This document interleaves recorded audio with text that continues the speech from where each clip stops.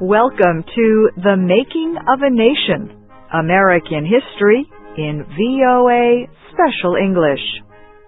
Thomas Jefferson left the White House in March of 1809. His Secretary of State, James Madison, had been elected president. Jefferson believed the nation was in good hands. He returned to Monticello, his country home in Virginia, and never went back to Washington again. But Jefferson and the new president exchanged letters often. Jefferson offered advice on a number of problems that Madison faced as the nation's fourth president.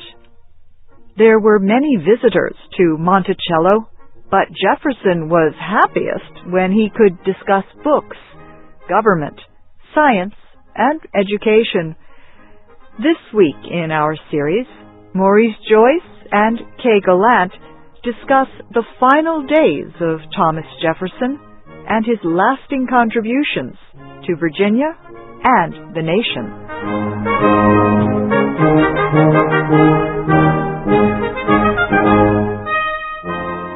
Jefferson believed firmly in the value of education.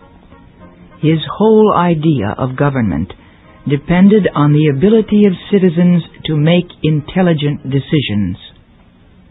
He spent the final years of his life building a better educational system for Virginia. Jefferson had been interested in education for most of his life.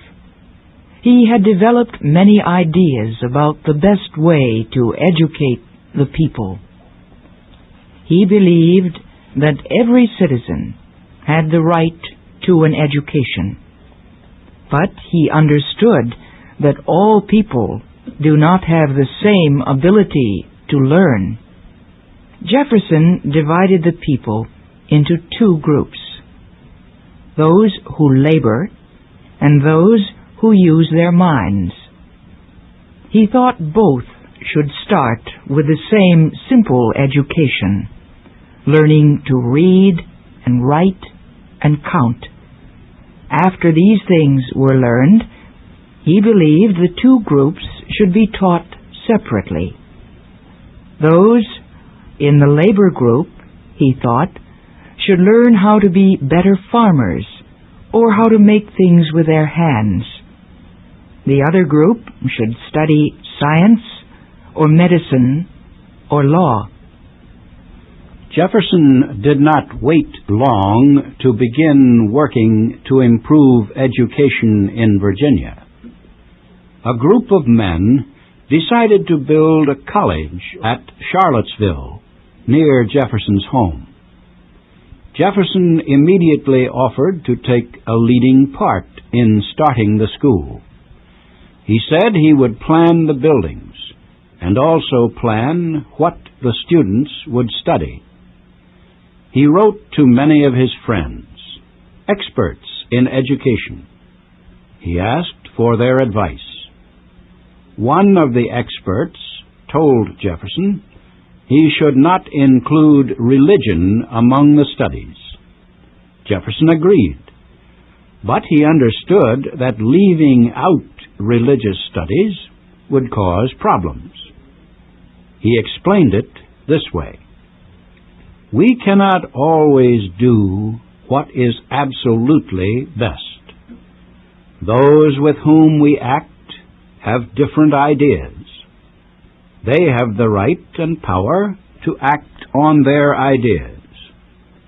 We make progress only one step at a time.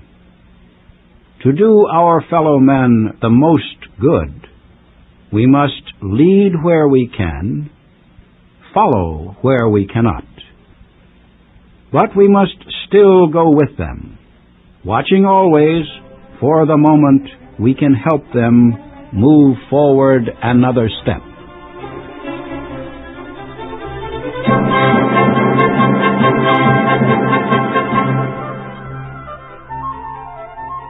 Jefferson began by planning a program of studies for the Charlottesville College. But he did not stop there. Before he finished, he had completed plans for a complete education system for Virginia. He proposed a school system of 3 steps. The first step would be elementary schools, where all children could learn reading, writing, arithmetic, and geography. These schools would be built in all areas of the state and would be paid for by the people living in each area. The second step would be colleges, equal to the high schools of today. He proposed that 9 of these schools be built in the state. Students would begin the study of science, or would study agriculture, or how to use their hands to make things. These schools would be paid for by the state. The third step would be a state university, where students of great ability could go to get the best of educations. The university would produce the lawyers, doctors, professors, scientists, and government leaders. Young men whose families had money would pay for their own educations. The state would pay the costs of a small number of bright students from poor families. Jefferson also proposed that the University of Virginia be built at Charlottesville. He already had begun work on the college there and offered to give it to the university. His education program was offered to the Virginia legislature. Many lawmakers thought it was excellent, but many others opposed it. They did not want to raise taxes for the large amount of money such a system would cost.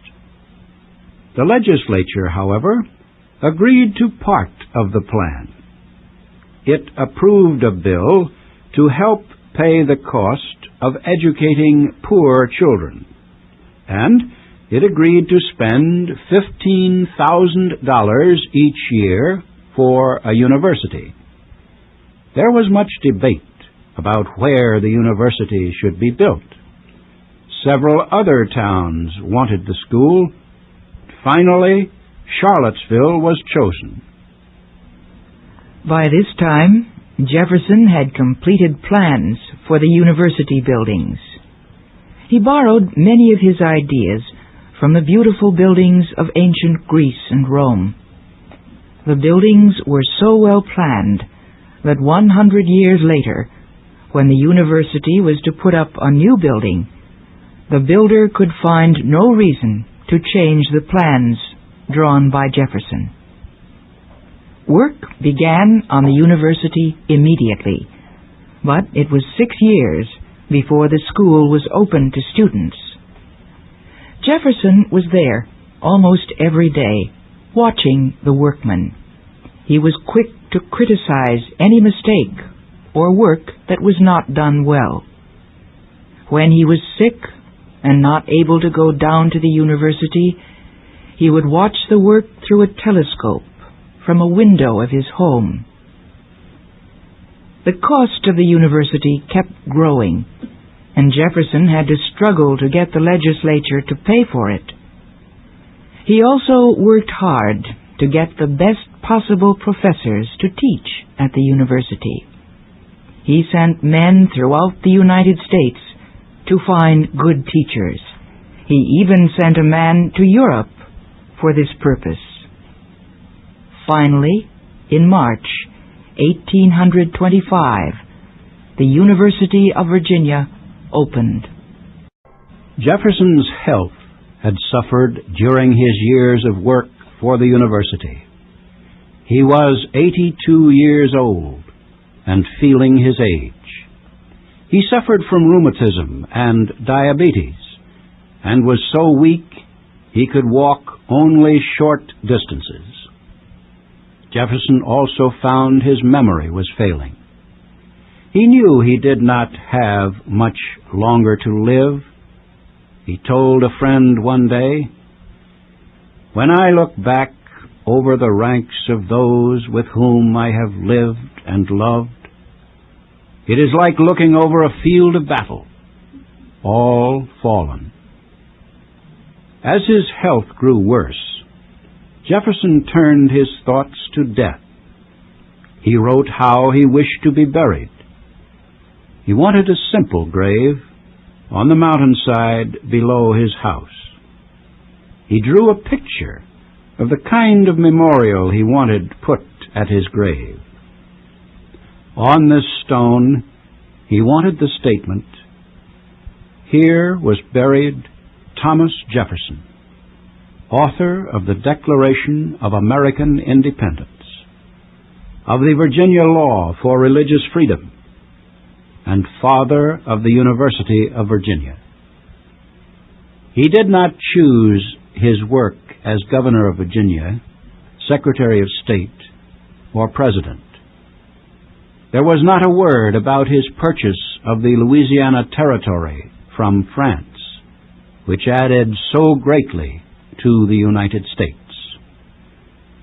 Jefferson did not explain why he chose the Declaration of Independence, the Law for Religious Freedom, and the University as his greatest works.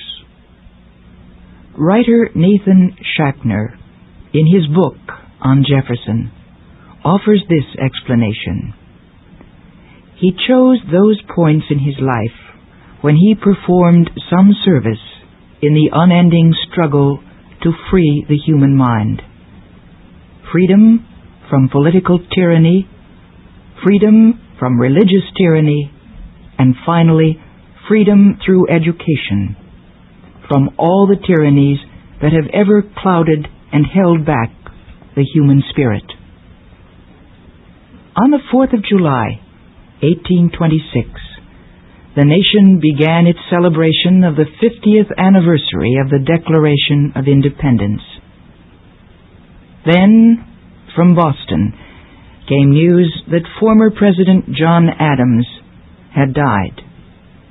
His last words were, "Thomas Jefferson still lives." But Adams was wrong. At 10 minutes before 10 in the morning, on that same 4th of July, his friend, Thomas Jefferson, had died. As the news of the deaths of the two great men spread across the country, the celebrations turned to mourning and sorrow. Jefferson was buried the next day, as he had ordered, in a simple grave on the quiet mountainside.